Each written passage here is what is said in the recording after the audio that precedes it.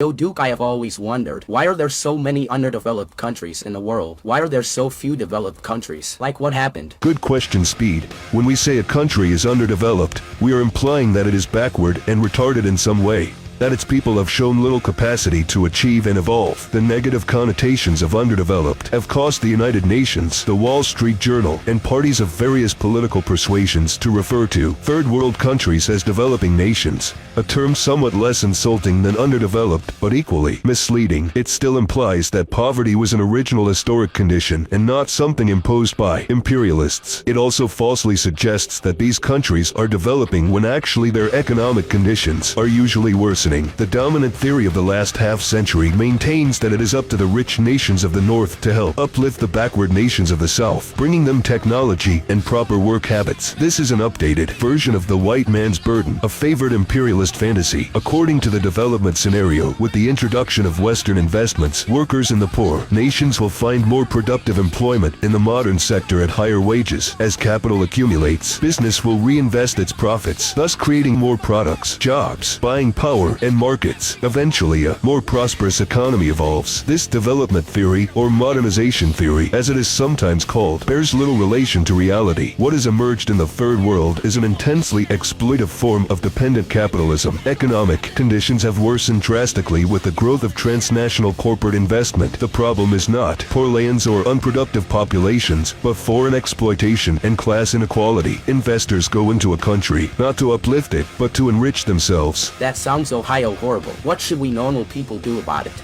Educate yourself and raise class consciousness with your family and friends. Let the people around you know what's actually going on, that we are all being exploited by the capitalist ruling class for their own profit that creates all these societal issues we are facing. Only a workers' solidarity movement could defeat them. If you are interested in the topic of this video, you should check out the following.